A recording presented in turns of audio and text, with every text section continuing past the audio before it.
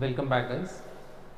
We have finished all the 7 units of ethics, and I had told you in the beginning while we starting the ethics series that once we are done with all the topics which are mentioned in the syllabus, we are going to take up previous year question papers. Since we have finished the entire syllabus now, as I told you before, we are going to discuss the previous year's question paper also, and it is going to start from 2013 and will take up till 2024, maybe 11 or 12 papers we are going to cover.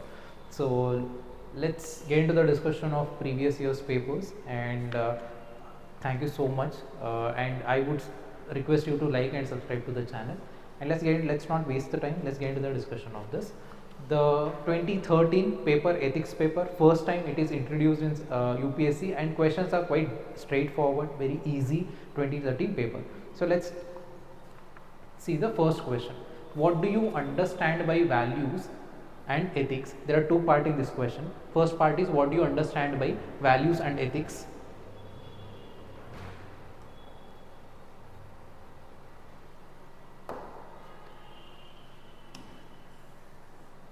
The first part is, what do you understand by values and ethics, and the second part of the question is, in what way it is important to be ethical along with being professionally competent. So let's answer the first part and then we'll take up the second part. The first part, what do you understand by values and ethics? Values are my personal standard. These are individualistic in nature. Ethics are socially accepted norms. See, for me, values, personally I have certain values, and personally you have certain values. It differs from person to person. For me, patriotism is a value. For me, hard work is a value. For you, it might be some other thing. Discipline is a value. So it changes from person to person. Ultimately, with these values, I evaluate something in life. These are certain standards. Based on these standards, I take my decision, and this is going to guide my course of action. Right? This is values. And ethics is that these are socially accepted norms. In a society, everybody accept these as certain standards, whether it is social norms or it may be professional norms also. Even in the professional, every profession, they have certain professional ethics, and these professional ethics, these norms, these standards should be accepted by all the people who are in that particular profession or who are working in that sector. As an example, doctors, they have a professional ethics. It means that people who are working in that healthcare sectors, they all agree to these standards. And what are the, if you take an example of the same doctor, what are the professional ethics, what are professional norms? It is that they have to maintain the confidentiality. If a patient come, you are a doctor, a patient come to you and he has expressed his problem, and it is your responsibility to maintain the confidentiality of that particular patient. So you have to maintain that ethics. So this is standard. These are professional standards. So ethics, it may be social standards or the professional standards. So on the whole, ethics is, so it is accepted by group of people, it is accepted by community, they set the standard. But values, these are individualistic. I have certain values, you have certain values. So the first part, what do you understand by values and ethics? The simple, that is fine. The next is, in what way it is important to be ethical along with being professionally competent. Now the thing is, I am a doctor, I have to be professionally efficient, right? I have to be very good doctor, that is fine. But what is the necessity to be ethical also? Why do I have to be ethical? I am professionally competent, I am very good doctor, I diagnose things very well, my treatment is very good, I cure patients in a very effective manner. So professionally I am already competent. Then what is the necessity to be ethical also? That it is second part of the question that you need to answer. See, professional competency is that I have the knowledge, I have capability, I have the skills. So whatever my profession demands, I have the best of those things. So I am professionally competent. Fine. So then necessity of this, why do we need to be ethical? That is the thing. See, if I am professionally competent, let's implement with respect to civil services also. I am a civil servant, I am professionally competent, I am very good at it, I am very good worker. The thing is, I am very efficient, and this efficiency, it is going to help me, it is not going to help the society. My efficiency will not transfer into a social efficiency. That is the issue here. See, professional competency, it is the knowledge I have the efficiency, everything. But if there is no value, there are no ethical principles in my conduct, then that is not going to help the people, that is not going to help the society. That is the reason we need ethical values along with professional competence. right? For the same example, take the example of doctor only. I'm very good doctor, my diagnosis is very good, my treatment is the best, and whoever comes, they are happy that their problem is solved. But the thing is, if I don't have these values, what happens? Then I write down unnecessary tests, I write down unnecessary tablets, or I write down those medications which cost a lot of money because I get commission.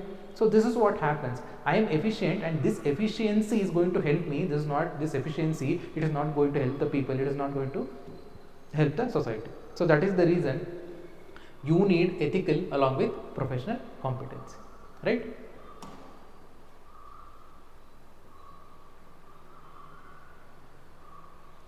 Now the next part is the question of need. Why do we have to be ethical? So need of being ethical along with professional competency. Professional competency, you can consider here both private and as well as the public. So here, why do we need it? See, whether it is private or public, you have to have an integrity, you have to have a responsibility, accountability. How do you get all these value system? Through these ethics only. So professional competency, it is not only, that is not enough, you need to have values also, values of integrity, values of probity, values of accountability, values of responsibility. Everything comes when you have these ethical principles in your conduct, right? And then see, professional ethics, if you have this ethics, it will also guide you to follow the legal structure, because you have the value of integrity. When you have this value of integrity, then you make sure that I am not going to compromise with statutory laws. I am a civil servant, I have that value of integrity, then I am not going to compromise with constitution, I am not going to compromise with statutory laws. The same thing with a private institution also. So the company laws is there, Company Act of 2013, I am not going to compromise with that act if I have that integrity. So the second aspect is, you make sure that you are going to satisfy the legal aspect also.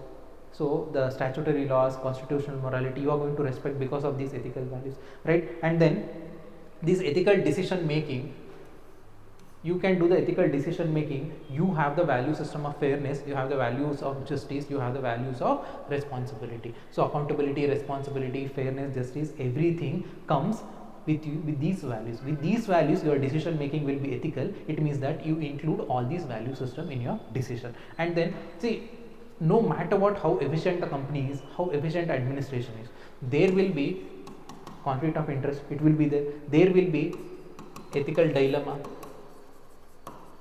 And if you have these values, these foundational values, then you can deal with this conflict of interest, you can deal with this ethical dilemma in an efficient way. You know how to handle these things. So even these things can be removed if you have values along with the professional competency. Professional competency, fine, but these values will solve all these problems also. And if you have these ethical principles, you are going to prioritize the welfare of citizens, you are going to prioritize the welfare of your clients. So your efficiency, it is going to transform into a social efficiency. Your efficiency, it is going to transform into an organizational efficiency. So that is the reason we need ethical principles along with the professional competency. So both should go in hand, right?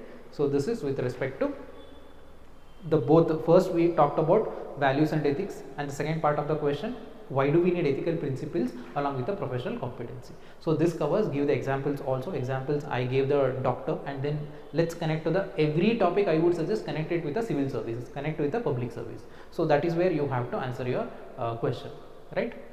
So let's move to the next question.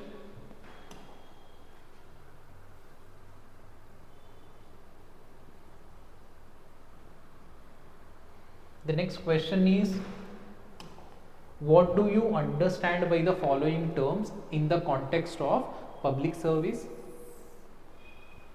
And 5 terminologies have been given. So you have to explain these terminologies. Very simple, straightforward question. What do you understand the following terms? So very simple. The first is integrity. What is integrity? Integrity, it is considered as a value of values. Value of values, it means that, see, integrity is honesty, being honest when even nobody is watching you. So that is integrity. And integrity is that there is a congruence in your speech, there is a congruence in your action, there is a congruence in the way you think. So your thought process, your speech and your action, there will be integrity. That is integrate. And another aspect is that you have to answer it from the context of public service. From the public service, what is integrity? Integrity is you are integrated to something. What are you integrated here? You are integrated to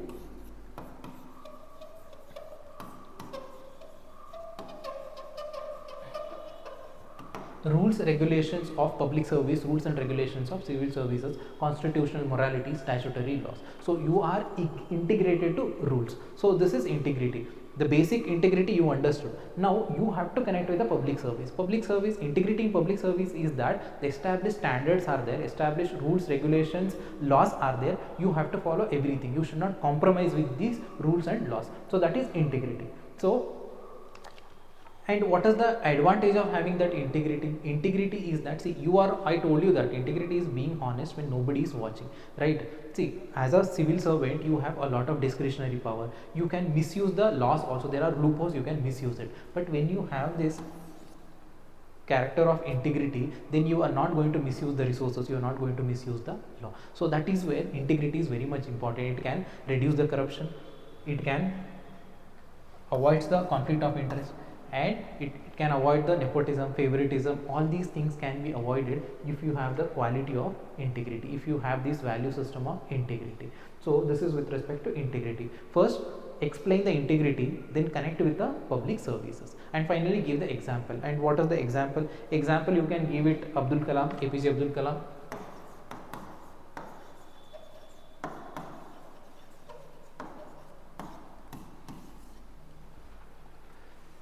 See, he was a president of India. Usually it is obligation on government to take care of president. So government, yes, government has to take care of president of India, but there is no obligation on government to give the same privileges to the extended family members also. Now Dr. Abdul Kalam family members, they visited the president house and they stayed for a while. So, but at that point of time, what Abdul Kalam did was he gave the expenses of his relative stay from his personal account, from his salary. So this is exactly integrating with the rules and regulations. Rules say that for a president, president wife, children, it is fine. So the blood relatives, the government of India has obligation. It is not the extended relatives. And when the extended relatives visited, he followed the rules and regulations. This showcase the quality of integrity. So explain the integrity, then connect it to the public service, then give the example. First integrity, and the next is perseverance.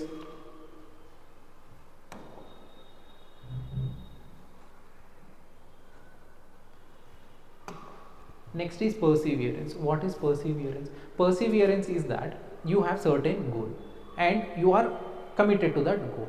Now perseverance is that it is an attitude where no matter whatever the challenges are, no matter whatever the obstacles to achieve your goal, you will not deviate it. You will make sure that you achieve your goal. You move in that direction, whatever the challenges you have, whatever the obstacles you get, whatever the setbacks you have. So that is perseverance. So whatever the challenges, whatever the setbacks, you stay in that journey, you make sure that you achieve your goal, you stay in that path. That is the perseverance. And how do you link it with civil services? In civil services, we have a political pressure, and there are bureaucratic delays, bureaucratic resistance, also red tapeism. All these things are there, and there is a corruption. Even you are honest, but even in your office, you are an IAS officer, but even the people in your office, district collector office, even they are people, they are involved in corruption related activities, and there is a severe inefficiency. All these things are there, all these things, obstacles, all these challenges are there. With all these obstacles, with all these challenges, you are still focused for what? Nation cause. You want to work for the people, you want to work for the welfare of the citizen. So that goal you are concentrating on. So these challenges, these obstacles, you are ready to handle. So that is the perseverance. And basic perseverance you understood, and the connection with the public service. Then the example is Subhash Chandra Bose. Subhash Chandra Bose during the freedom struggle, even his relation with Indian National Congress, it was quite bad after 1935. Then what happened? He left India. He traveled to Europe. He traveled to Japan. He traveled to even Southeast Asian countries, and he played very important role in collecting soldiers who are Indian soldiers who are there, and he started along with other eminent personalities Indian National Army. So it shows how the attribute of perseverance here. See, he has been disrespected within the country, but his focus was freedom, to get India its freedom. So he traveled around the world and he gave all his effort. Yes, of course, there were setbacks, there were struggles, there were challenges, but ultimate goal he concentrated on it, and he worked for Indian National Army. So this is a clear example of perseverance. So you can give Subhash Chandra Bose as an example of perseverance, right? And the next is spirit of service. What is the spirit of service? Spirit of service is you are devoted to serve others. So there is a genuine intention, genuine devotion to serve other people. And another aspect you have to remember here is, see, you're really not worried about any recognition, any appreciation from others. This is not at all required. There is a spirit of service and your genuine intention to serve other things. And when you think of public services, what is your genuine intention? Again, welfare of the people. It is the nation cause. It is upliftment of the vulnerable section. That is your cause. So that is your focus, and that is what you want to serve. And you don't expect any recognition. Even people appreciate you, even people does not recognize your work, it does not going to bother you.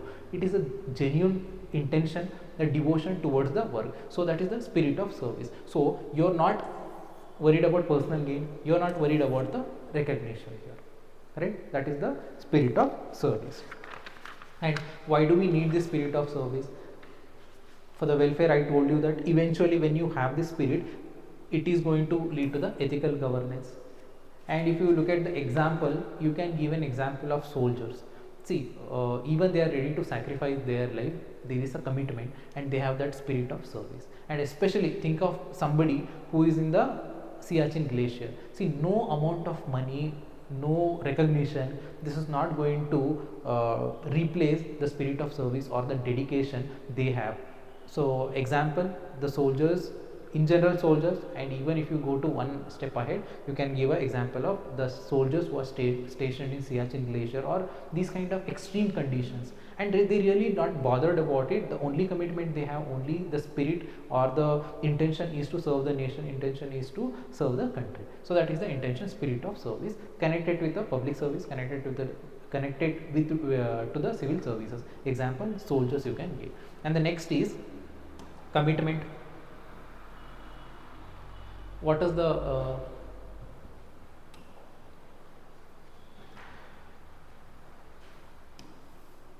commitment? Commitment is that it is your duty and you are committing yourself and you are ready to give your time, you are ready to put your effort, you are ready to give your energy, you are ready to give your time, you are ready to give your energy, and you are ready to put your efforts for your commitment. So it is a sense of duty, it is a sense of responsibility. And here we are talking about civil services, we are talking about public services. Here you are committing yourself for the public interest. So public welfare, for the nation development, for the upliftment of vulnerable section, you are committed, and it involves sense of duty and the sense of responsibility. And see, it is a loyalty to the constitutional morality, it is loyalty to the values. And examples you can give: Dr. B.R. Ambedkar.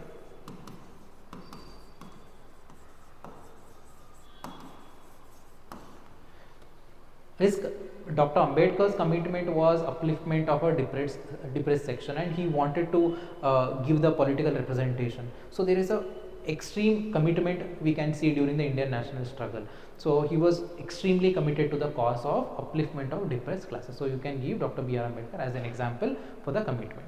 Then we have a courage of conviction. First is, what is conviction?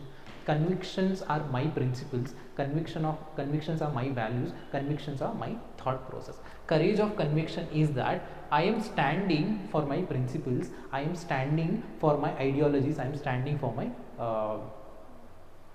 thought process, or my thinking. Here, see, you have to see this from a civil service perspective, from a public service perspective. I have a negative conviction.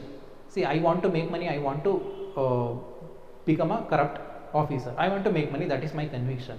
Can you consider it as a value system? No, because this is not socially desirable. Your convictions, your cognitions, your principles and ideologies should be socially desirable. It should socially get that acceptance. So here, courage of conviction, positive convictions, as long as it is legal, it follows the statutory law, it follows the constitutional morality, this is fine. So this is the courage of conviction. So you have to respect the constitutional morality when you think of courage of conviction. So here in public services, what is the courage of conviction? See, you want to implement some new reforms.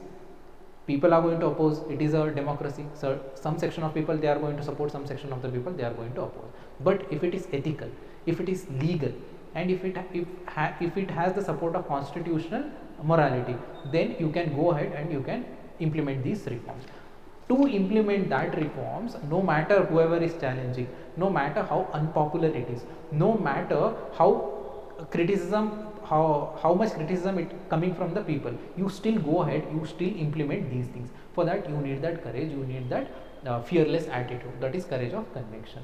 As an example, you can give an example of TN Session. He was a chief election commissioner in the 90s.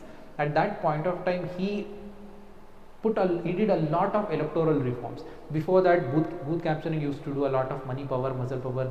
These things were there in the Indian electoral process. So he strengthened the democracy by removing all these negative aspects. So in order to implement these reformations, the courage is very much necessary. There are political pressure from industrialists, pressure from even the section of the society. You have to withstand all these things. Not to withstand all these things, you want a courage. That is courage of conviction. Right? Example is Mr. TN Session. So 5 terminologies. This is what question asked. What do you understand by following terms in the context of public services? The 5 terminologies were given. Explain the basic terminologies, then connect it with the public service, and finally give an example. So this covers second question. Now let's move to the next. This is 2A, and next question 2B.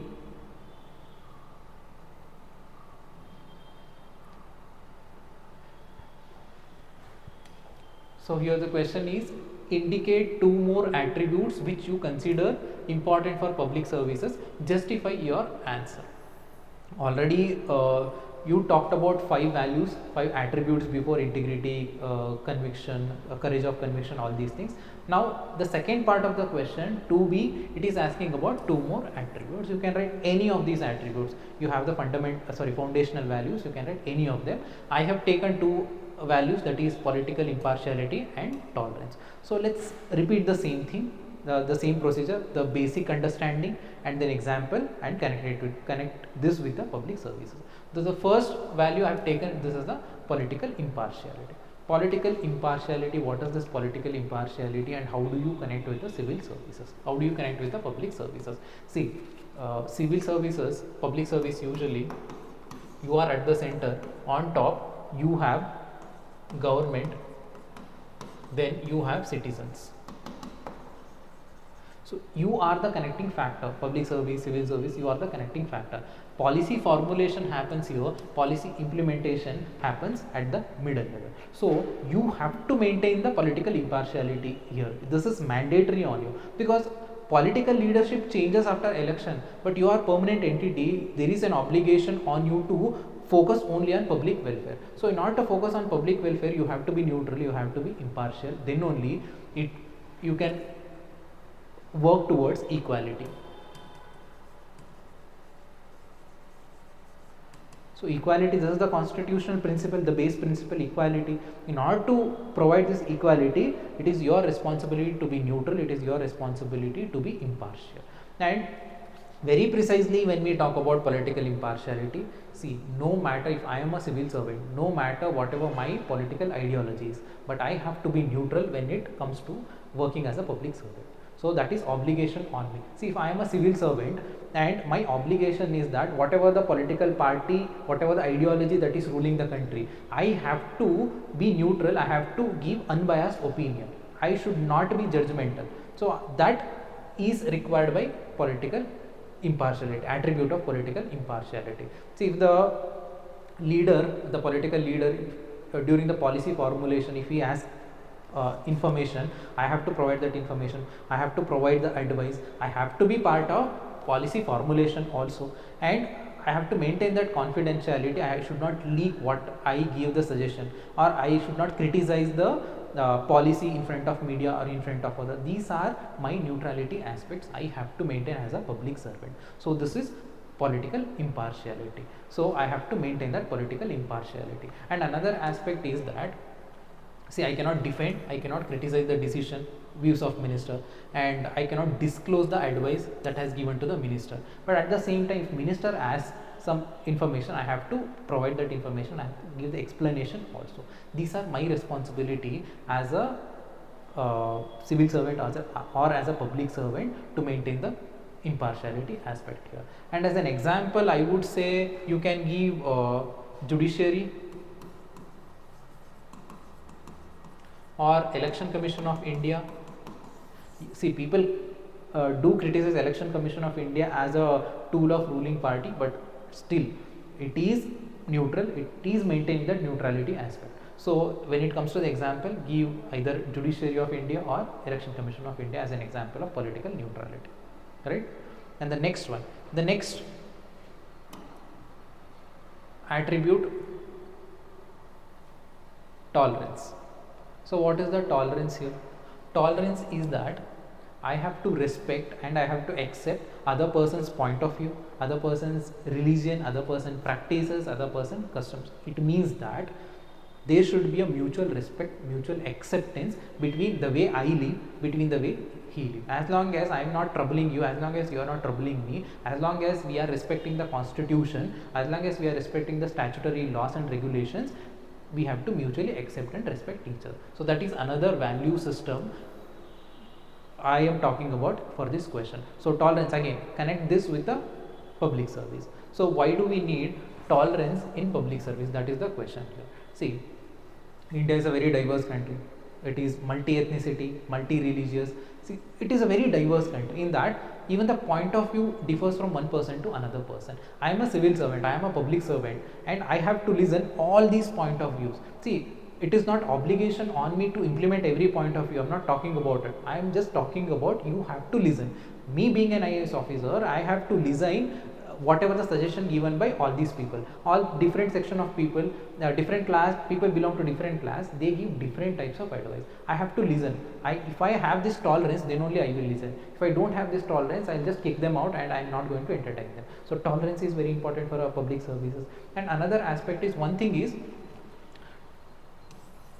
you are tolerant towards a diverse point of view, all these things. And another aspect is, if somebody criticizes you, if you don't have this attitude of tolerance, then you are not going to take it in a light manner. You are going to get irritated, and you being a public servant get irritated very frequently. This is going to impact in your work culture also. This is going to impact your surrounding, your colleagues also. So again, tolerance is very much important in the public service, especially for the public servant. And another thing is, if there is a negative feedback, if there is a criticism, you should be in a position to accept all these things. And how do you get into that situation? If you have values of tolerance, even if somebody makes you a negative comment, you will not be bothered about it, because you have the attribute of tolerance. If somebody is questioning you, if somebody is even accusing you, if you don't have this value, you get offended very easily. If you have this value, you make sure that you listen all of them, but ultimately you will do what is right. So in order to move in that direction, the value of tolerance is very much important,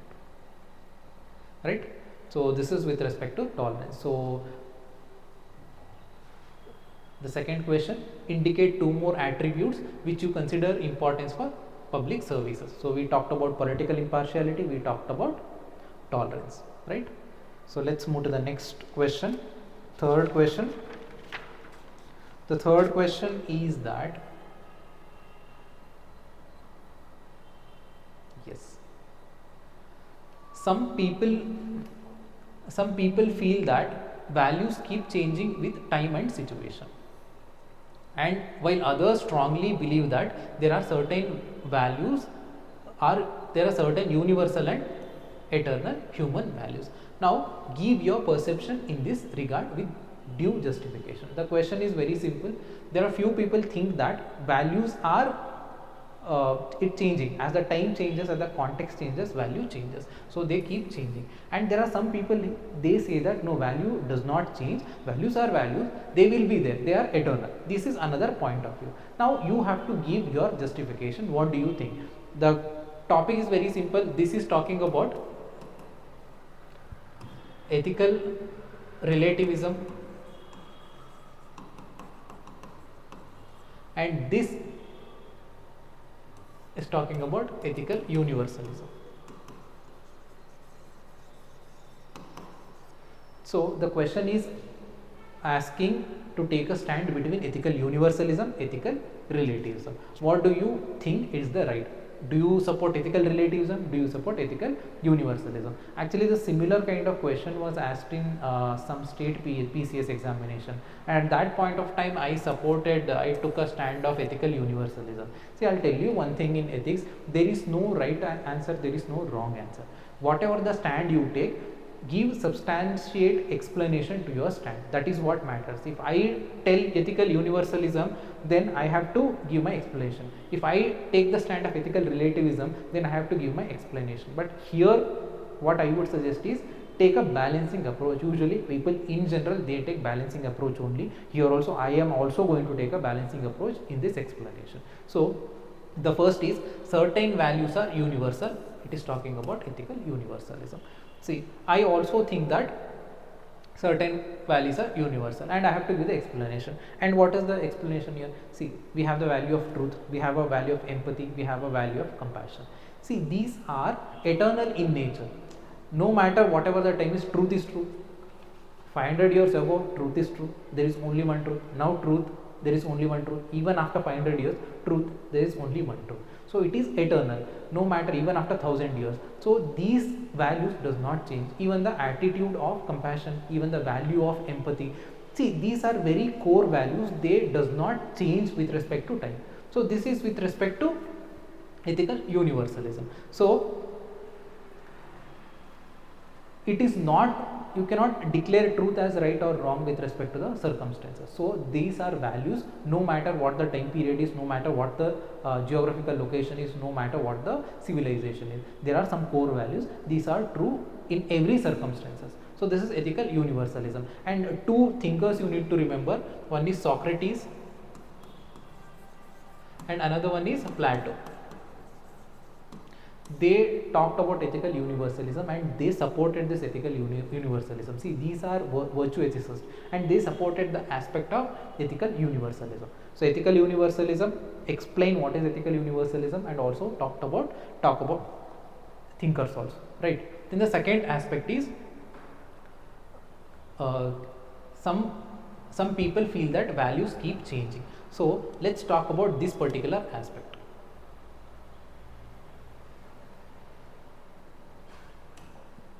So values change with time and situation. This is ethical relativism, right? So now you have to give explanation also. See, society is changing, the social evolution is happening. In this journey of social evolution, even our value system changes, even our standard changes, even our ethical norms changes. So it is no rocket science or it is no something magical. Even we change along with our society. So social values also change. So social values depend on context. Social values are dependent on situation. And as an example, if we have to talk about it, if you look at a certain country, homosexuality is accepted, in certain country it is not. It means that the society is evolving. The same concept of homosexuality, it was not even prevalent as a social discussion 100 years ago or 50 years ago. Now it is changing. Society is progressing, new value systems are coming. And we are talking about abortion now. We are talking about euthanasia. We are discussing about human rights. We are discussing about refugee crisis, all these things. It means that the society is progressing, there is social change happening, and this social change, it is impacting values also. It is impacting social values, it is impacting social ethics also. So values depend, the change along with time, they change along with the situation. So this is with respect to ethical relativism. Now finally you have to take a stand. what stand you are going to take. See, I would suggest take a balanced stand. What is the balancing stand? Here the balancing stand is that what I would suggest is that there are some core values. These core values, no matter what the time period, what the context is, these core values are values. Always they remain. The truth, the empathy, compassion, being kind, trustworthiness, these are the core value system. It is not going to change. Wherever you go, at every corner of the planet, truth is truth. So these core values, it is there. Along with the core value, the social evolution is happening. The social progression is happening. For that, value system is also changing. We have to inculcate new values also, or else what happens? The social stagnation happens.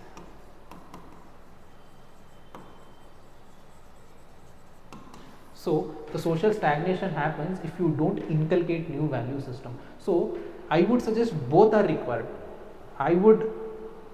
My point of view that balance between ethical universalism, ethical relativism.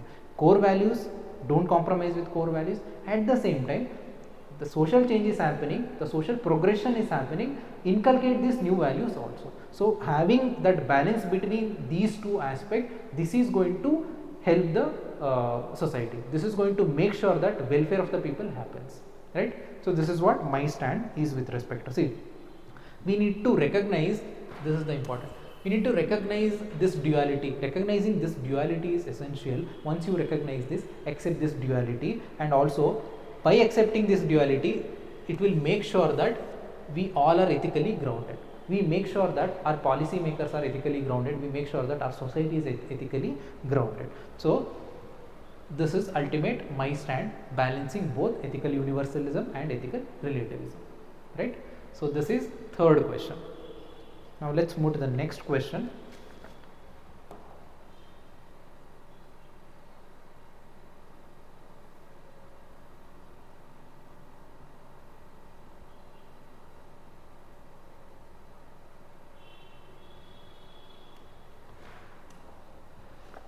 The fourth question, what is emotional intelligence and how can it be developed in people?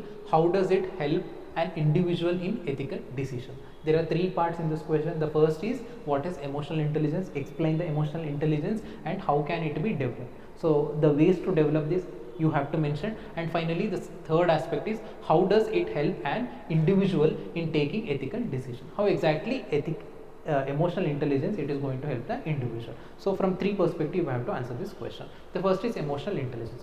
What is emotional intelligence? Emotional intelligence is that I understand my emotion and at the same time I understand my emotions, and once I understand my emotion, I understand your emotions, and after understanding your emotion I use this information, and this information, this is going to guide my behavior and thinking. So emotional intelligence is that I understand my emotion and understand your emotion, and with this information of my emotion and your emotion, this is going to guide my thinking process, this is going to guide my behavior. This is emotional intelligence. It means that by understanding emotion, I use it for something good, I use it for something socially desirable. So this is what emotional intelligence is. Now emotional intelligence, it has 5 components, and you need to remember this component also. The first is self-awareness, self-regulation. I have to be aware of myself, my emotion. I have to understand my emotion. In order to understand my emotion, I have to be self-aware and I have to self-regulate myself. I have to regulate my emotions also. And then once I understand my emotion, then I have to use this emotion for something positive. So for that I have to have a motivation. The next component is that motivation. And then see, I understood my emotion. The next part is I have to understand your emotion. To understand your emotion, I have to have empathy, right? Then I have to have a social skill also. I understood your emotion, then that should guide my behavior and thinking. So in order to guide my behavior and thinking, social skill is important. So the 5 components are important, that is self-awareness, self-regulation, empathy, social skill and motivation. So this is with respect to emotional intelligence. You have to give an example. I would suggest give the Gandhiji's example. Gandhiji, see, he followed the path of non-violence. He knew that if Indians follow the method of violence or revolutionary method, Britishers, they had a control, they had resources, they had artilleries, and they had human power also, so they can easily crush these violent activities. So there is an emotional intelligence here. Mahatma Gandhi showcased that emotional intelligence. He understood the emotions of Indians, the emotions of Britishers at that point of time. Then he come up with a concept of non-violence. So non-violence to get the freedom struggle. So here the self-awareness and the social awareness of Mahatma Gandhi, that helped India, that helped us to get the freedom, help in the freedom movement here. So this as an example you can write it here. Gandhiji's self-awareness, social awareness during the freedom struggle helped to channelize energy of people in right direction. So emotional intelligence, component of emotional intelligence, and an example, right? The next part, how can it be developed in people? How can it be developed in people? First, the thing is I have to understand my emotion. So in order to understand my emotion, I have to regulate my emotion, I have to manage my emotion. So there should be self-regulation. So by that, so I have to focus on becoming self-aware that what emotions I am feeling at this point of time. That self-awareness is important. Then I have to manage my emotion, right? I have to regulate my emotion. Then recognizing emotion in others. So emotional intelligence, I have to recognize others' emotion also. For that, I have to recognize emotions in others, and I have to practice the empathy. In order to understand you, I have to understand what are the sorrow, what are the pain, or what emotional aspect that is going on inside you. So for that, I have to practice the empathy. I have to build the social skill also. I have to persuade you.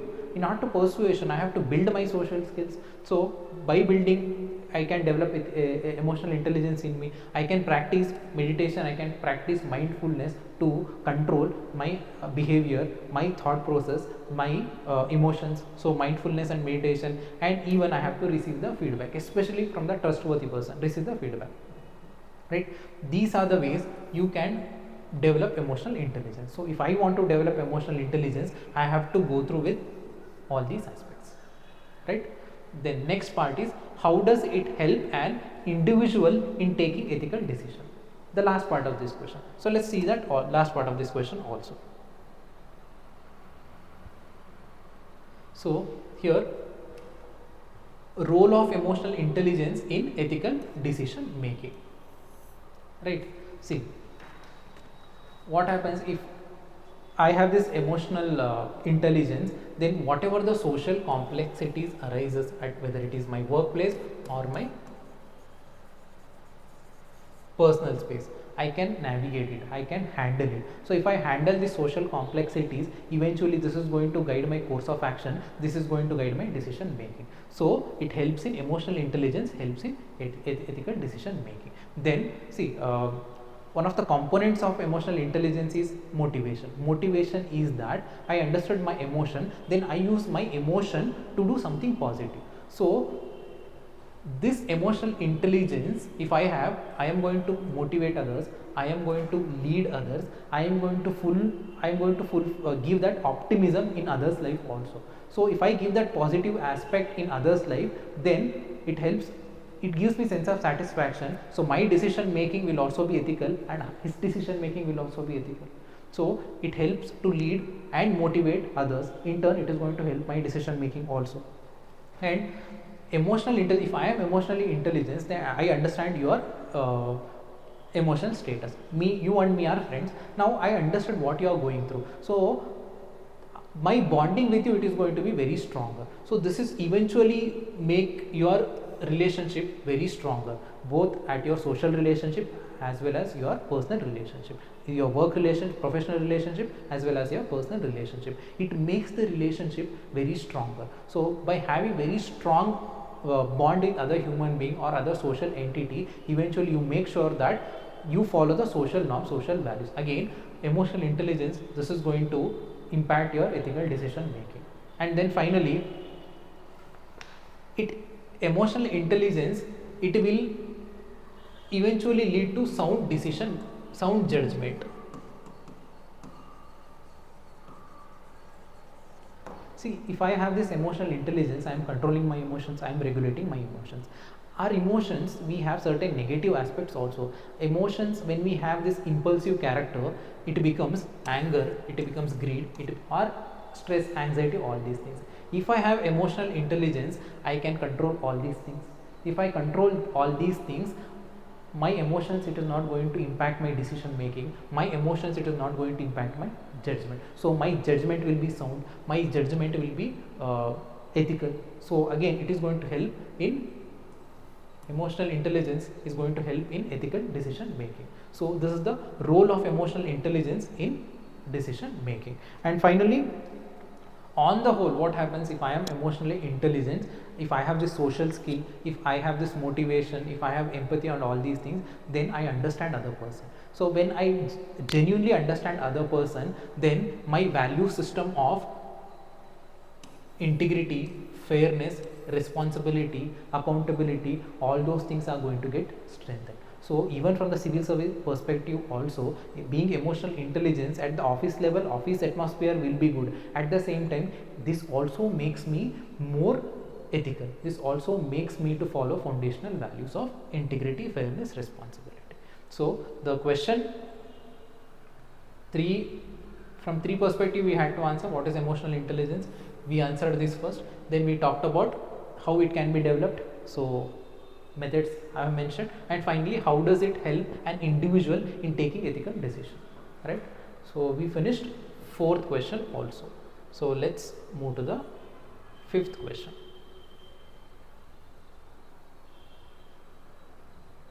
Fifth question is that, what do you understand by the term voice of conscience? How do you prepare yourself to heed to the voice of conscience? The two part in this question. The first part, what exactly voice of conscience is, you have to explain the voice of conscience, and then the next part, how do you prepare yourself to heed to the voice of conscience? So let's answer the voice of conscience first, and then we'll go to the second aspect. See, the first aspect is, what is conscience? Conscience, it is linked to my intuition. Conscience, it is linked to my inherent ability to take a decision. It is linked to my, somewhere it is linked to my emotions. And conscience is that the inner dialogue I have within myself. So this is conscience. And what exactly voice of conscience? What is the voice of conscience? Voice of conscience is that it helps, it guides my decision making. It tells what to do, what not to do. It tells what is right and what is wrong. So ultimately, voice of conscience, it tells me what is good and what is bad. So this is what voice of conscience tells me about. See, voice of conscience, it mainly depends on my values, it mainly depends on my belief system, and especially my environment, religion, all these things it has mentioned here. See,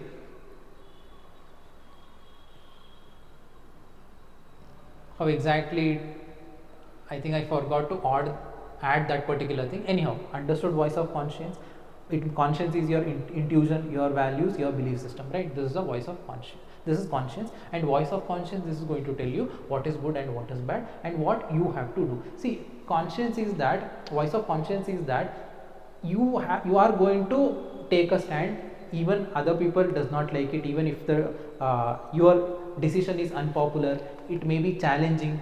See, it may be inconvenient, it may be unpopular, it may be challenging. This voice of conscience, it urges you to act ethically. So when your intentions, when your intuitions are positive, your value system is positive, then voice of conscience, this is going to tell you to work in an ethical manner. It is going to tell you to act in an ethical manner. Even if there is an opposition from others, even people are going to challenge you, people are going to criticize you, it is not going to matter. All it matters is that you have to act ethically. Right? This is voice of conscience. Then it manifests in a three way. Usually what happens, whenever you listen to your conscience, your inner voice is telling something and you listen to that inner voice, then what you exactly feel, there is a sense of satisfaction.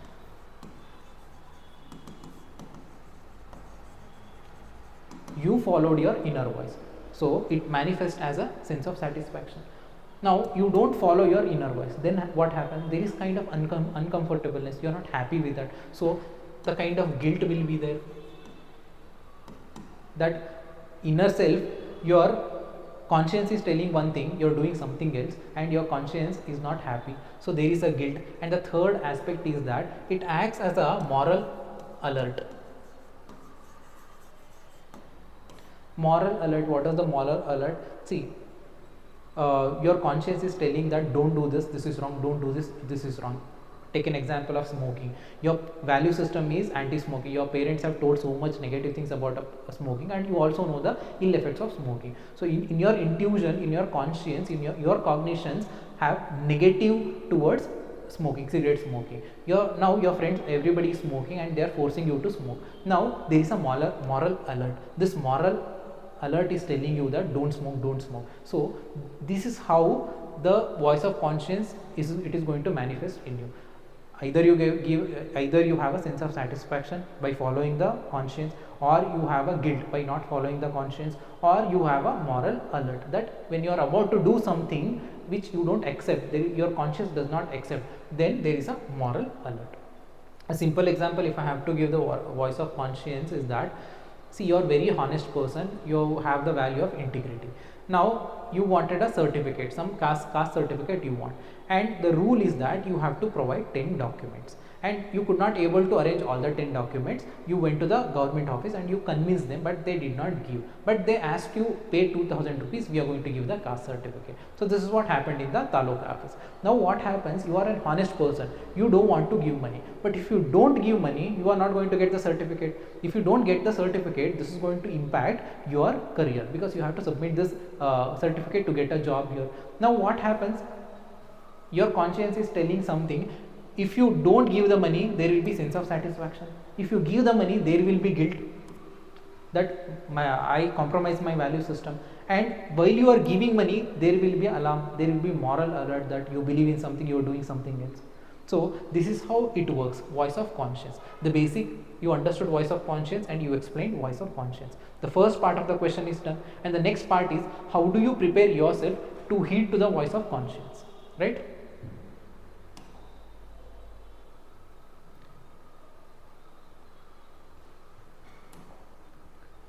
So the next part is how do you prepare yourself to heed to the voice of conscience. The first and foremost aspect here is, see, if I have to listen to my conscience, the first and foremost quality I should have is that moral courage. So I have to have the moral courage in me to listen to my voice of conscience. So have that moral courage, that is one thing. And then the second thing is, even if you have that emotional intelligence, you understand your emotions, you understand what exactly you are feeling. So by having this emotional intelligence, you know how to handle things well. So this also helps to listen to your voice of conscience. It helps to prepare yourself to heed to the voice of conscience. So the first thing is moral courage, the second thing is emotional intelligence, and the third thing is introspecting. You have to introspect your actions, you have to introspect your motives also, the motive behind it, intention behind your action, that also introspect you do. When you have this introspection, then you will understand what exactly you are going through, and that will help you to listen to your voice of conscience, right? Then you have to get feedback from the trustworthy people. See, trustworthy people, they act as a mirror, they tell you what is right, what is wrong to your face, and because they genuinely want positive things for you, they genuinely want good things for you. For them, they help you to manage these things, they help you to handle voice of conscience. So their genuine feedback is also necessary. And another aspect is that, see, in the last example, you wanted a document, but ultimately you paid money to the taluk office, in the taluk office, to get the document. Here the argument is that I genuinely wanted this document because my career is at stake. So my career dependent on this particular document. So this was the intention. Here what you are doing is, you are rationalizing the unethical behavior. You did something wrong, but you are explaining your wrong thing, because of this certificate I wanted job. So you are rationalizing this unethical behavior. Don't do this. When you do this, you are not going to listen to the conscience, your voice of conscience. So don't rationalize your unethical behavior, right? And another thing is, remove the cognitive dissonance. Cognitive dissonance is that the clash of thought. Your value system is something else, you're doing something else. So when the clash happens, then also you don't listen to the voice of conscience. So you have to remove the cognitive dissonance. I have not written here, so remove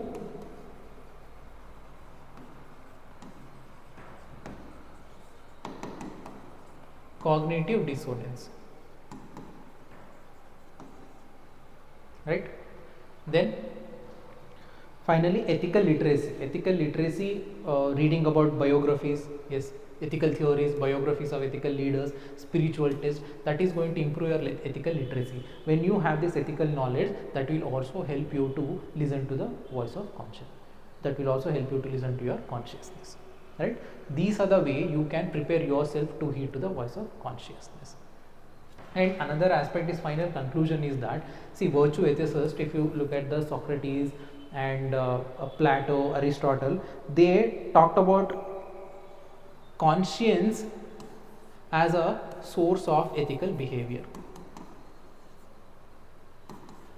Conscience as a source of ethical decision making. See, your decision should be based on values. And how do you develop these values? Through your belief system. How do you develop this belief system? Through your conscience. So even virtue ethicists, even if you look at the Western thinkers, they also supported this concept of conscience in the decision making. This conscience, this is going to guide you in an ethical food path. So this is what the particular question, and this is what covers the entire topic here actually. So first, what do you understand by voice of conscience? We explained it. Then how do you prepare yourself? We explained that aspect also, right? Let's go to the next question.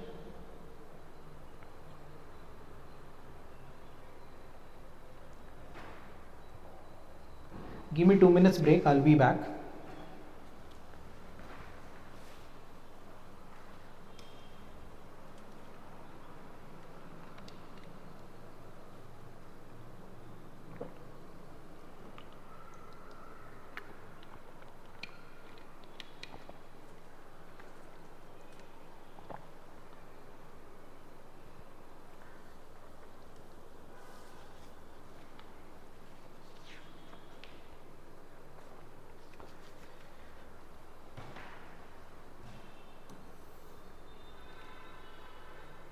And the next question, last question, it was fifth question, 5th A, voice of conscience, and the 5th B, it is crisis of conscience. The question is, what is meant by crisis of conscience? Narrate one incident in your life when you were faced with such crisis and how you yourself resolved the same.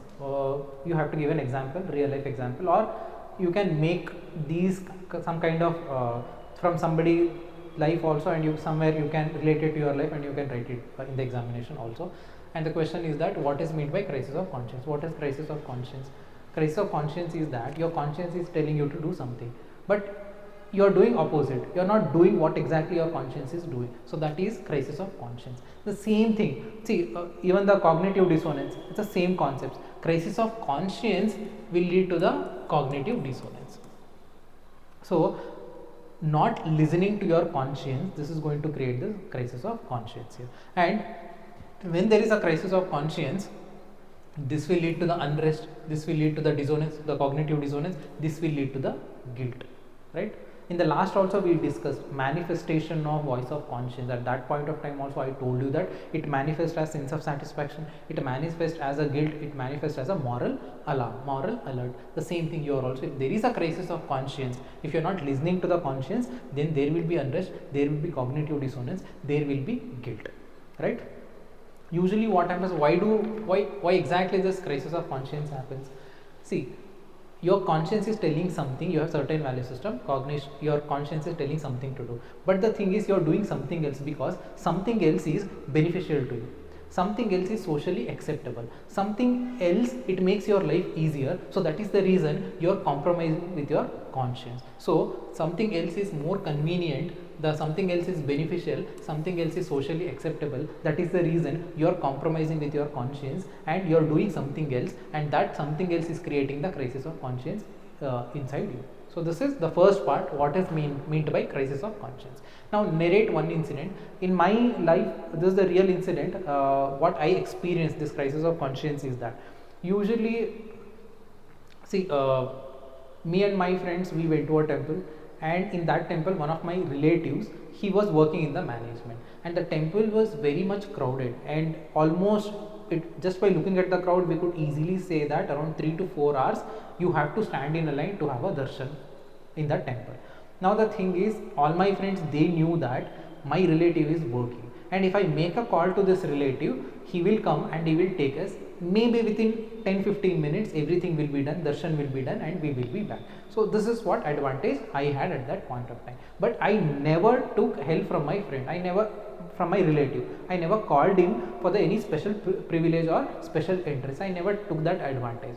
And now all my friends, they realize that we have to wait 3 hours. So rather than waiting 3 hours, you give a call to your relative and he will help us out. This is one small help we are taking. And even I got convinced, and I told him that, anyhow I called him and I explained the situation. He also agreed. But later on what happened, see, I myself has never done this. My conscience is that you have to stand in a line to see a deity, because what happens, somebody has told me that it is not what you see, it is not the darshan, what he gives, that is the darshan. So we can give just by 5 minutes, we can take a look and we can go, but somewhere from a spiritual perspective this is not right thing to do, and we somewhere we may not get the blessings. So the thing is, I convinced my friends. Now the question is also there, that how you resolved it. The way I resolved it, through the persuasion. I gave them the reason, detailed reason, that why it is not supposed to do. You are compromising with your devotion itself. You are busy. See, there is no concept of VIP in front of the God. God, everybody is equal. And if you become VIP in front of the God, that is something else. It is not spirituality. That is more of show off. So I persuaded my friends, and they also agreed. Finally, we stood in line, and eventually 1.5 hours we could able to stand in line. We could able to have a darshan. So this is how I handled this. This is my example, the incident of my life with respect to crisis of conscience. I don't want to take any help for any fast darshan. I always followed, I always go in line to take a darshan. So here, because of my friends, I got influence, and this created a crisis of conscience in me. And finally I persuaded them, I gave them the reason, and they also agreed. Finally we solved this issue of crisis of conscience. I solved this issue of crisis of conscience. And you can write any of your personal life, and even some makeup incident also you can write it in the examination. But ultimately make sure that this is for 10 marks, you get only 7 minutes to write it. Keep it short, keep it very simple, and use the terminologies of all the social influence, persuasion, these kind of terminologies, values, all these things. That is going to add up. This is going to give advantage in the evaluation, right? This is the 5th question, B. What is meant by crisis of conscience, and the incident. So let's move to the next question. The next question is a 6th question.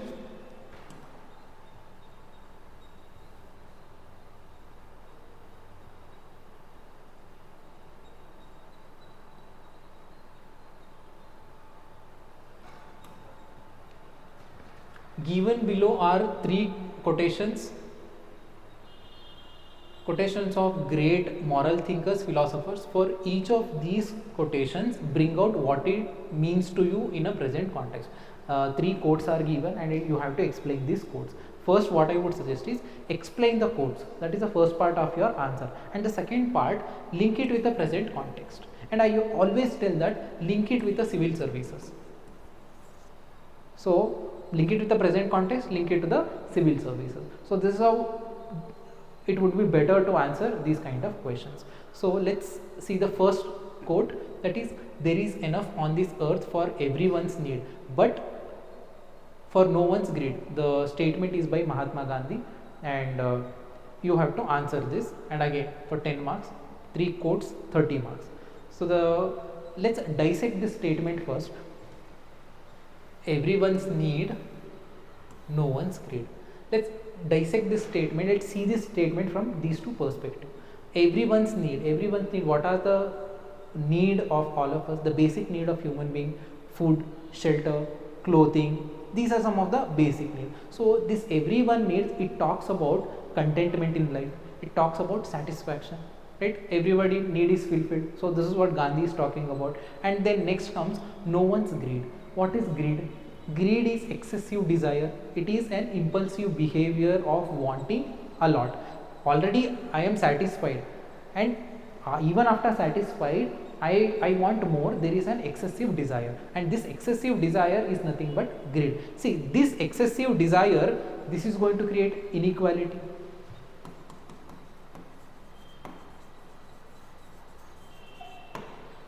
Let me write it down here.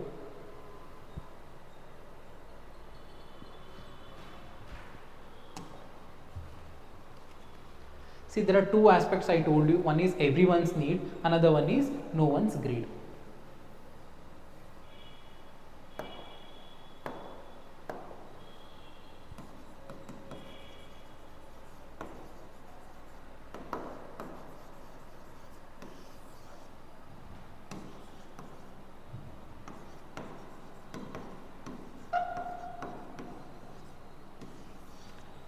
Everybody's need the basic thing, basic amenities we need in our life. So this is going to lead to the satisfaction. But at the same time, the greed, the excessive desire, this is going to lead to the inequality. Along with inequality, overuse of resources. Overuse of resources, and eventually this will lead to the destruction of environment.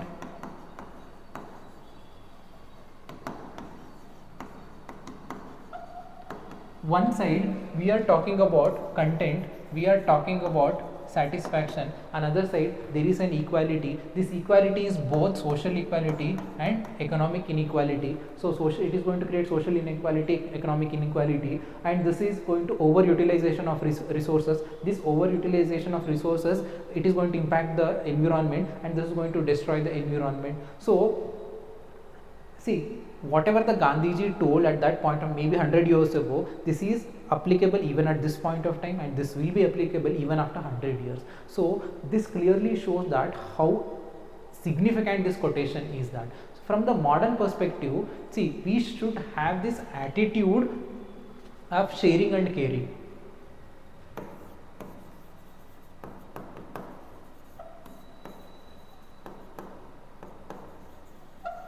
We should have this attitude of sharing and caring. If you have the excessive desire, if you have this greed, then we are going to compromise with this attitude. We are not ready to share with anybody, we are not ready to care for anybody. When there is no sharing and caring, this is going to impact the harmony, and there will not be any love in the society. So we have to focus on everybody's need, we have to focus on satisfaction, we have to focus on the content of individual soul. When that happens, if we are going to share our resources, we are going to care for others, and this care, it is not only for human beings, this care is for another animals also, this care is for nature also. So when we have this sharing and caring, this attitude, this is going to create harmony and love, and this is between humans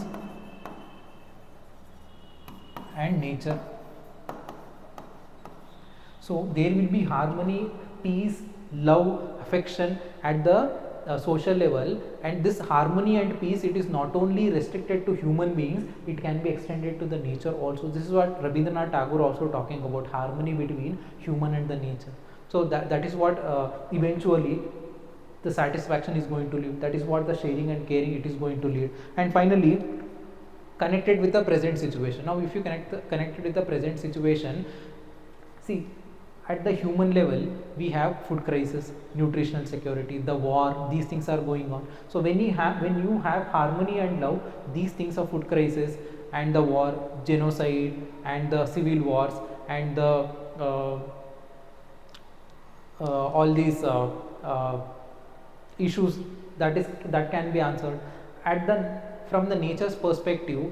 The climate change is happening, the expansion of sea water or the ocean, expansion of ocean, and the destruction of environment, destruction of resources, over utilization of resources, exploitation, all these things happen, those things can also be uh, eliminated. So both from a human perspective this is going to be advantage, and from the nature perspective this is going to be a game changer.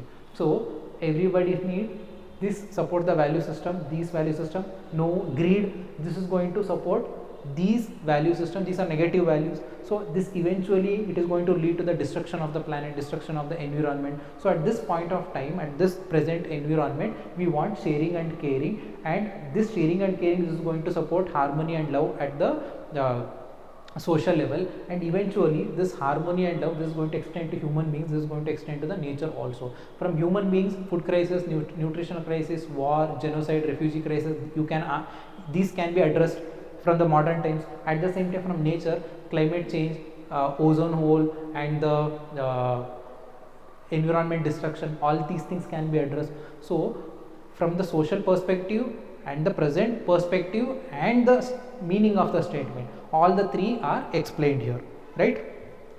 And see, the aspect is applied at every point of time. I told you that 100 years before it was applied, the quotation was given in 100 years before, and now at this point of time also it is applied. Even after 100 years also this is going to apply here. See, the greed, it is never considered as a value, or it is never considered as something positive. If you look at the ancient thinkers, Socrates, Plato, Aristotle, they all talked about virtue, they all talked about values. At those values, greed was never a value. They always considered as negative entity, greed. And if you look at the medieval thinkers, the Saint Augustine, Thomas Aquinas, they talked about values of charity. Again, charity, it aligns with this value, everybody's needs, it does not align with nobody's greed. And even if you think of a modern thinker, they talked about self-interest, but they never talked about the greed. They told that there is nothing wrong to be happy, there is nothing wrong to focus on your self-interest. They took the stand, but they never supported the greed. So even the thinker's perspective also, Western thinkers, whether it is ancient, medieval, modern, they never supported this aspect of greed. So this is what the conclusion is. Greed, it is not a socially desirable value system. So this is going to lead to the inequality, this is going to lead to the destruction, right? And finally, this has to be applied at the individual level as well as social level.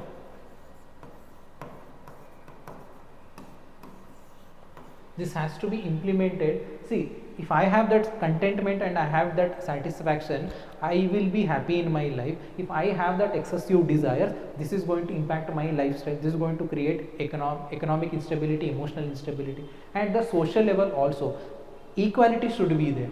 And if you have that greed and desire, this will lead to the inequality. So social inequality has a very disastrous outcome. So if we have to remove the social inequality, you should remove this act of greed, act of excessive desires. So this is what this statement is talking about. The statement is, there is enough on this earth for everybody's need, but for no one's greed. So we have had a detailed explanation with respect to this quote. Let's move to the next quote.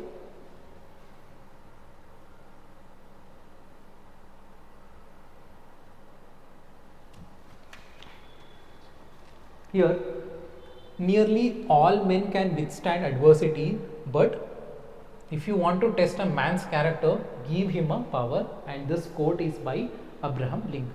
Again, let's dissect this quote. Let's see from two perspectives. First is, men can withstand adversities, and let's see how to test a man's character, right?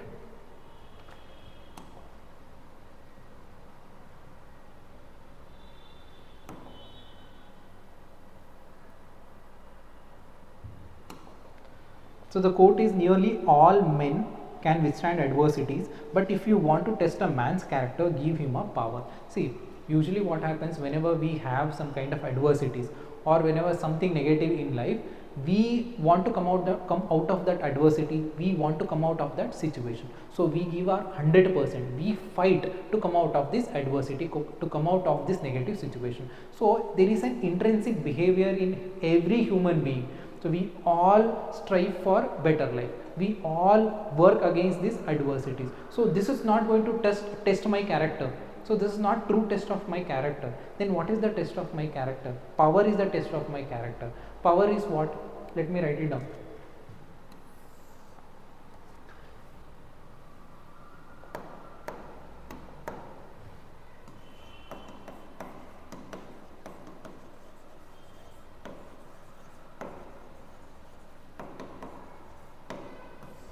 Withstanding adversity. On other side we have a testing man's character.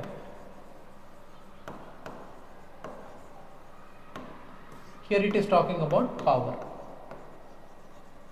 right? Now see, I told you that withstand adversity, there is a fight of survival. I want to have a better life, I have some problems at that point of time, so I will fight for it. It is not only me, you are also going to do, other person is also going to do. So we all fight for the survival. Even animals also, they fight for survival. So at withstand adversity, it is about fight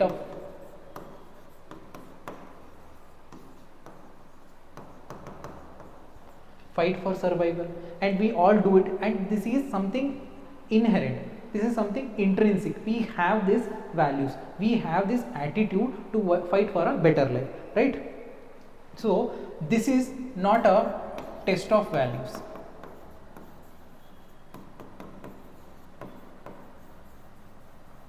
But whenever you think of power, power is resources, power is freedom, power is control, power is choice. So power is freedom, power is choice, power is control. See, when you have choice, when you have freedom, when you have control, how do you behave, that decides your character. And all these attributes come with the power. So when you have power, if you are still humble, if you are still have that compassion and empathy, then that shows you are very virtuous person. If you don't, then loss of character is very much visible.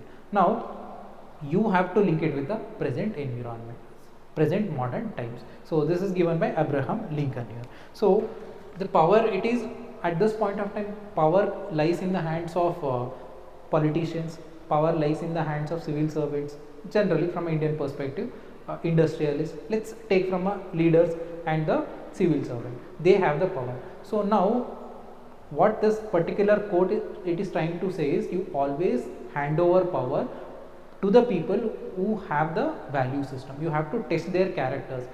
If you convince that these persons, they have the values, they have the virtues, then only hand over this power to their hands, or else they are going to misuse the power. Usually what happens when you are preparing for civil service examination, you are a different person. After clearing, you become another person. While before elections, you are some other person. After elections, when you get the power, the true color comes out.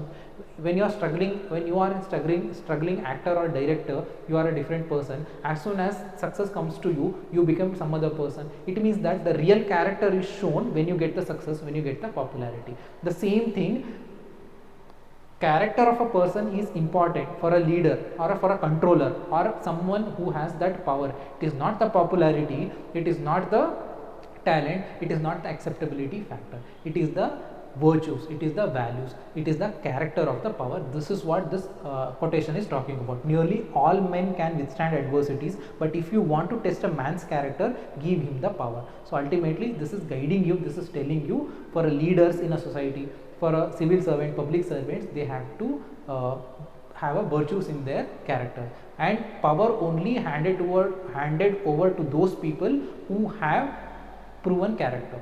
So ultimately what happens, if you are a very down to earth, if you are very humble, if you have the characters of justice, fairness, integrity, honesty, compassion, empathy, then that is going to help the people. So eventually it will lead to the social welfare. But if the power goes in the hands of characterless person, or the person who is very egoistic, or person with no values, then social destruction is going to happen.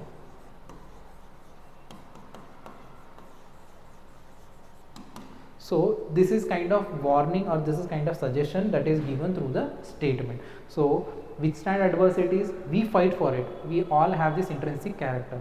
But if you want to test a character of a person, when he has the power, check the person characters. And ultimately what the statement is trying to say is, always hand over the power with a person with a moral character, with person who has a moral principles.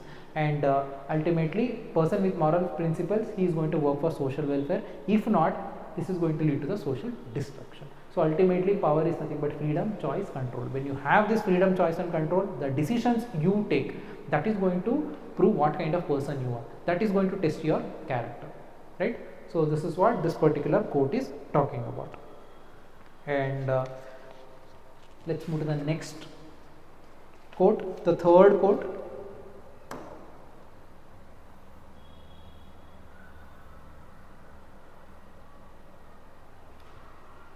I count him braver who overcome his desires than him who overcome his enemies. Aristotle has given this quote. So who is braver? The one who controls the desire. He is braver than someone who overcome his enemies.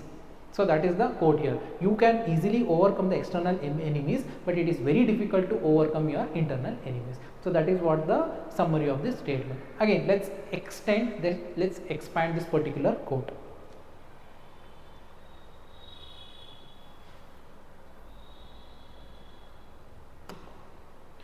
See, here the one attribute has been mentioned, that is brave. Brave is courage, brave is fearlessness. And this braveness, what exactly it does? So if you have any obstruction, if you have any challenges, if you have any enemies, this courage, this braveness, this is going to help you. So braveness, you are going to, that helps to deal you with enemies, that helps to deal you with obstacles. So brave or courage, that helps to deal with obstacles, that helps to deal with enemies. So whenever we think of enemies, we always think of external enemies. But the thing is, the quote Aristotle very precisely talk about, we have to think of inner enemies also. So enemies, always we think of external enemies. But here very precisely Aristotle is talking about inner enemies. And he mentions that, who is this inner enemy? Your inner enemy is your desires. So if you control your desires, it is like controlling your enemies. Your enemies, usually what happens, enemy is going to obstruct your success. You want to achieve something, your enemy is going to trouble you. You want to do something, your enemy is going to trouble. Ultimately your enemy is going to impact your positive aspect in your life. So again, your external enemy, you can fight with other person, you can have a debate with other person, even you can have a physical, verbal, all these fights, and you can win a person.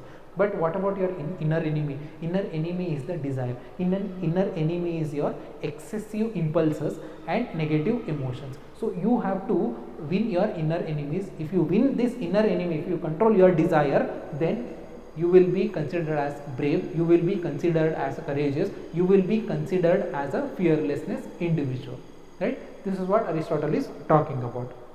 And usually what is the necessity of controlling desire? See, desire, what happens, it means that there is an excessive impulse behavior is there.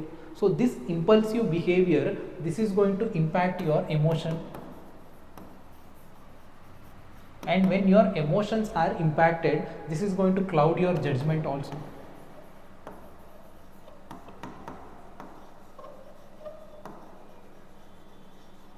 Right?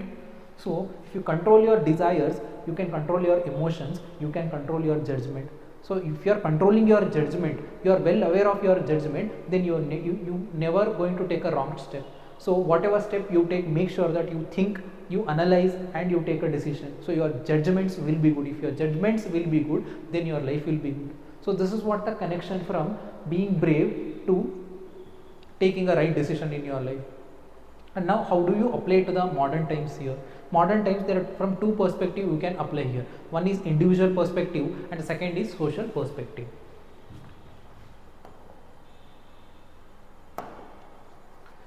And another aspect is Aristotle, he gave the statement. Along with that, Eastern philosophy, if you think of it, the Buddhism also talked about desire. Buddhism has told actually, if you control your desire, then the path towards self-realization starts. The first way is controlling your emotion, controlling your desires. Eventually, controlling your desires will lead towards self-realization.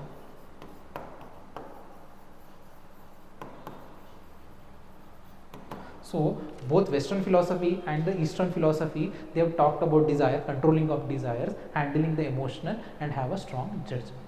Right? Now implement this to the personal, from a two perspective. Let's see from the personal perspective and the social perspective. Let's see from the individual level. The first,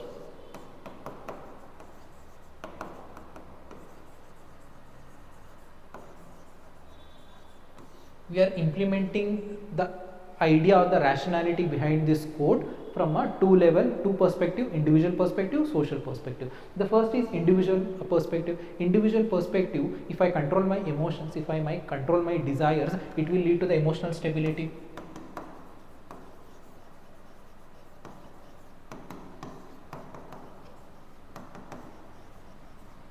Right? And another aspect is that this is an era of social media, especially younger generation. The temptations are very high, and that temptation, it is going to lead to the desires, and these desires are uncontrollable. The outcome will be disaster. So in order to have a very focused life, especially in order to keep ourselves away from this temptation, it is very much necessary to have this courage. It is very much necessary to control this desire. So for younger generation,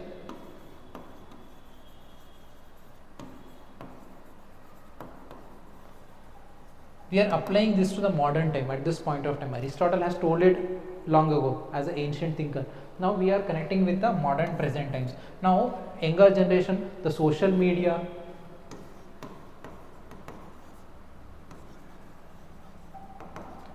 and the temptation it creates. How do you handle all these things? By controlling the desires, right? So individual level, eventually it helps in emotional stability. It helps us to focus what we want in life. And at the social perspective also, we see from the individual level. Now we are going to see from a social perspective.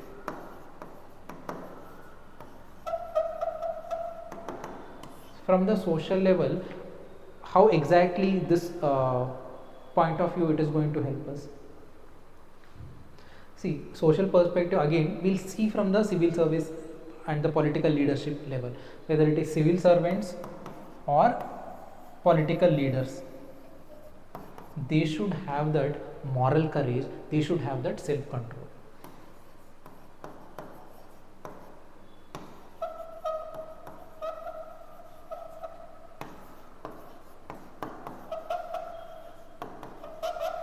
If they have this moral courage and self-control, then only they can think of social welfare, or else this is going to be compromised.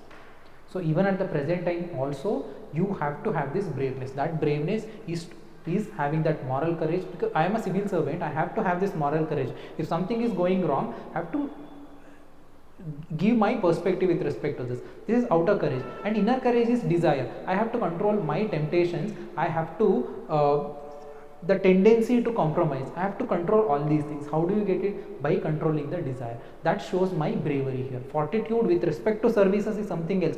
If I have the same fortitude to control my desire, that is going to replicate in my service also.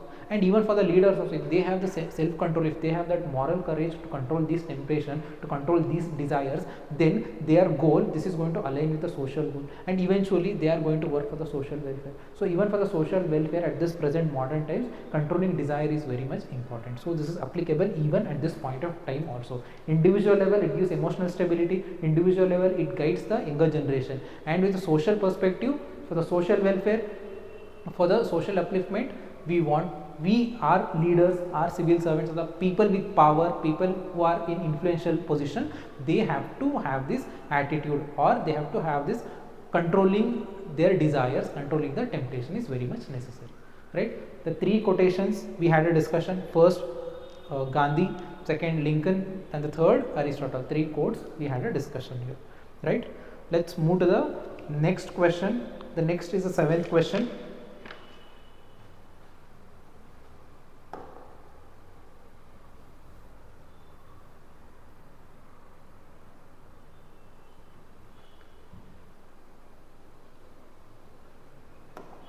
Question is that the good of an individual is contained in good of all. What do you understand by this statement? First you have to explain this statement. Good of an individual is contained in good of all. So explain, that is the first part of this question. And the second part is, how can this principle be implemented in public life? So let's talk about first part, then we'll talk about the implementation part. The first part is that good of an individual is contained in good of all. See, while we were discussing the first unit, in the first chapter itself, there was a concept, essence of ethics. In that essence of ethics, I explained a thing, that is ethics, it is going to individual, let me write it here. See, if you look at the society is a made up of individual. We individual, cumulatively we become society. So individuals, they are going to impact the ethics. Even the ethics of a society, it is going to impact the individual, right? Let me explain this. See, a few years ago, 200 years ago, sati was practiced in India, untouchability was practiced in India. And if you look at the Western countries, slavery system was practiced there, bonded labor, it was practiced there. So those were social norms. So these social norms, they were impacting society, and impact of individuals, it is there on society, as well as social impact is there on individual. I will try it again. It was a bit confusing. I'll tell you again also. See, I am going to get influenced by social norms in my society. I am living in India. The social norms of India, social norms of my society is going to impact me. At the same time, I can also impact the social norms of my society. The thing is, see, here there was sati, it was practiced, untouchability, it was practiced, it was socially accepted. But there were few individuals, they raised their voice, they understood that this is not right. There is exploitation is going on, you are exploiting another human being, this is inhuman. So the steps they have taken, eventually what happens, other people also joined, and eventually they have convinced government, the British government at that point of time, and they abolished the sati. So even individuals, they have impacted the ethics, the social norms. At the same time, right now if you look at the constitution, we talk about secularism, all these things, tolerance, everything. But if you look at the Indian civilization, Sarva Dharma Samabhav, Vasudhaiva Kutumbakam, these concepts were there. So it already impacted our thought process. By birth, I am secular because these thought processes are there in my social values, these thought processes are there in my religious practices. So because of this, I am I am influenced by ethics. At the same time, as an individual, I can also impact the ethics. So goodness of individual, it is going to impact goodness of society, right? So my goodness, this is going to impact goodness of society. At the same time, goodness of society, this is going to impact goodness of individual. So there is to and fro connection is there. That is what the statement is talking about. The good of an individual is contained in good of all. The to and fro connection of goodness between individual and ethics, the equilibrium between society and ethics, it is what this is talking about, right? And the next aspect of this question is that what do you understand? You understood the statement, right? Next, how can this principle be implemented in public life? So this can be implemented in last question also we saw implementation from two perspective, individual perspective, social perspective. Here also we are going to see from the two perspective, individual perspective, social perspective. Here question is talking about goodness of individual. So how do you implement this value system, all this goodness at the individual level? How do you implement this goodness at the social level? So we'll see from a two perspective. First, let us take from a individual perspective. How do you inculcate this goodness to an individual in a society, right? Now,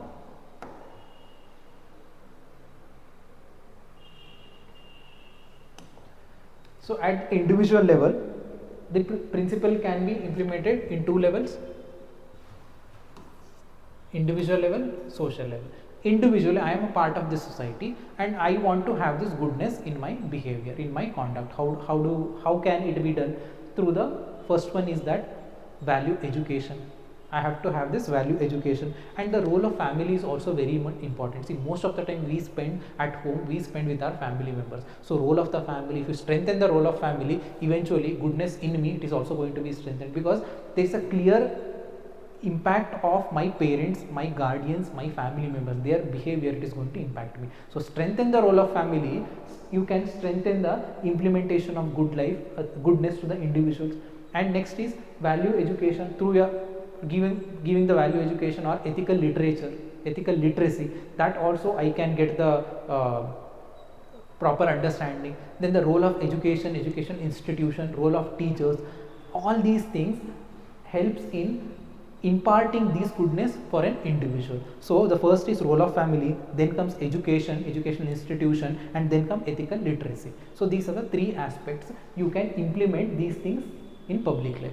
Then let's see how do you implement at the social level. So individually I have got this goodness through all these things. Now at the social level, how do you implement is, the list is quite there are 4 or 5 points are there.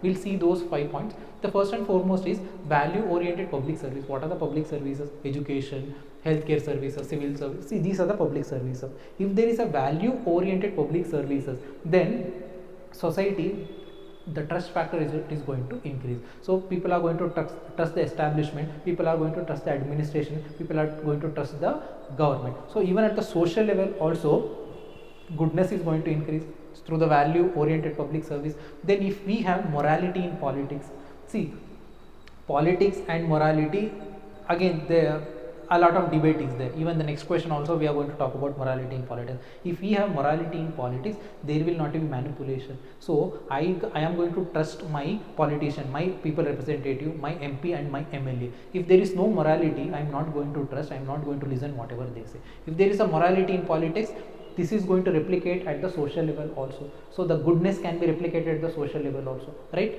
Then we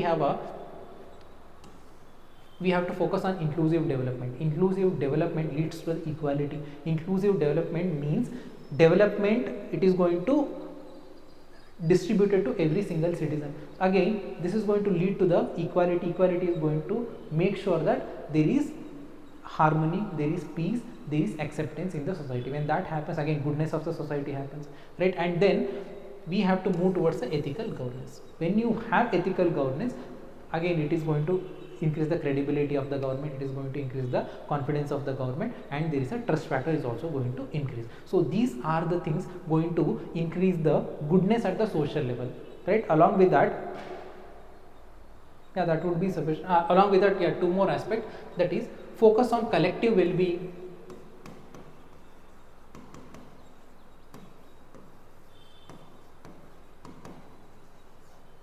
Focusing on collective well-being. When you focus this on collective well-being of every citizen, then this is going to individually also help. So this will lead to the individual well-being also, right? And when the individual well-being happens, then automatically the goodness, the social well-being, This is going to replicate at the goodness at the society level, going to come back, or the going to trickle down to the goodness of individual also. And another aspect is aligning the social goals with individual goals. There are certain social goals. Align these goals with individual goals.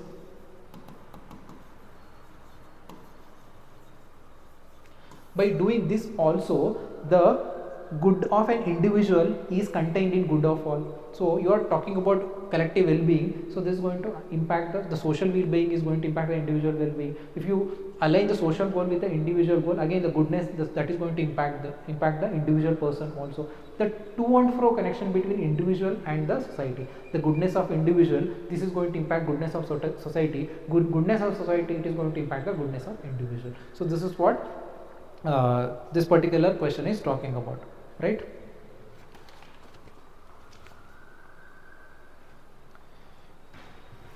See, and then if you connect these things with the civil services, again leadership, civil services, again what exactly it talks about is that the leaders, civil servant, public servants, what they have to focus is the unity, cooperation, peace, harmony in the society. When that happens, this is going to replicate at the individual level also. So by doing this, you are aligning social goals with individual goals, right? So this is what covers this particular question. Question is that the good of individual is contained in good of all. You explain that, then you show the ways to implement this in public life also, individual perspective, social perspective, right? Now let's move to the next question. The final question. After this we are going to take a break, and in the next video I will cover the case studies. And the next question is that it is often said that politics and ethics do not go together. This is the statement. You have to explain this statement as a first part. Then what is your opinion in this regard? Justify your answer with illustration. So this is a statement has been given. First you have to expand and explain this statement. Then your opinion has to be given with illustration, right? Again, let's answer this question.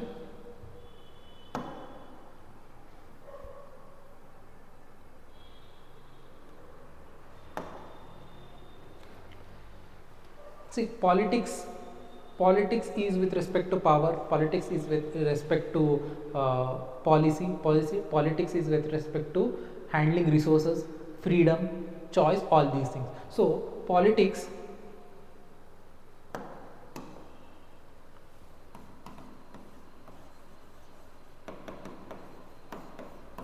it deals with power, it deals with policy,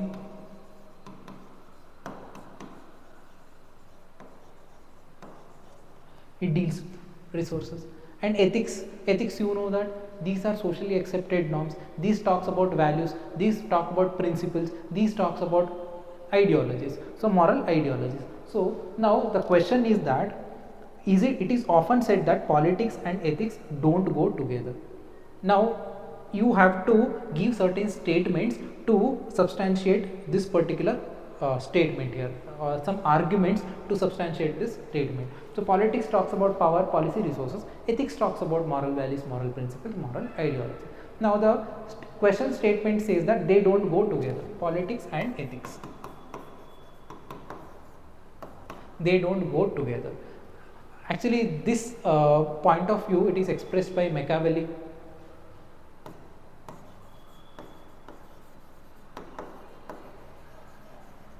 He talked about skillful immorality. It means that, see, these kind of moral principles, all these things, these are for the people, these are for the subject, these are for the citizen, not for the ruling class.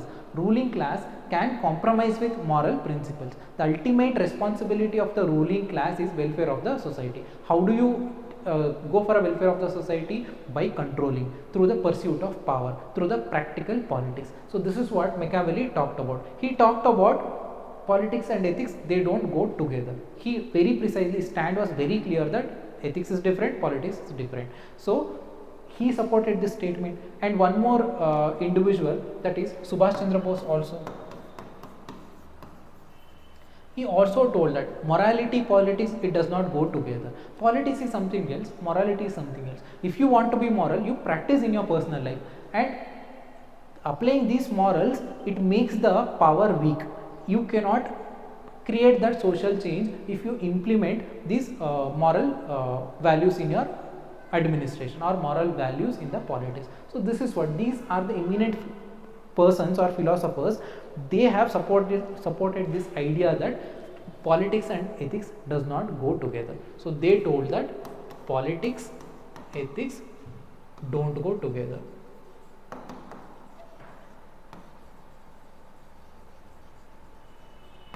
Right? Next, you explained this, your argument you have given. Now what is your stand? The second part of the question is your stand. My stand, my particular stand is I don't support this. My stand is that they have to go together. Politics and moral, politics and ethics, they should go hand in hand. They should go together. And see, by telling this thing, I am not going to get the marks. I have to substantiate through the arguments. What are my arguments? My argument, the first argument is Gandhi. Gandhi, in his 7 deadly sins, he talked about politics without morality. This is detrimental for the society. So he supported this idea of combining politics and morality. Right? One thing, Gandhi has supported this, and the second thing is Dr. B.R. Ambedkar. Ambedkar, he told that politics is very efficient tool for a social change. If you want to have a social change, you want to enter into the politics and use this politics for the social change. So in order to go to that social change, there should be a morality, there should be some ethical standard. So these kind of eminent personalities, they have showed how efficient politics for the social dimension, how important it is. And if you add morality, if you add moral principles to it, this is going to be a game changer. This is going to impact the social welfare. This is going to uplift the lives of the people. So they have supported this. And if you look at the lives of Nelson Mandela,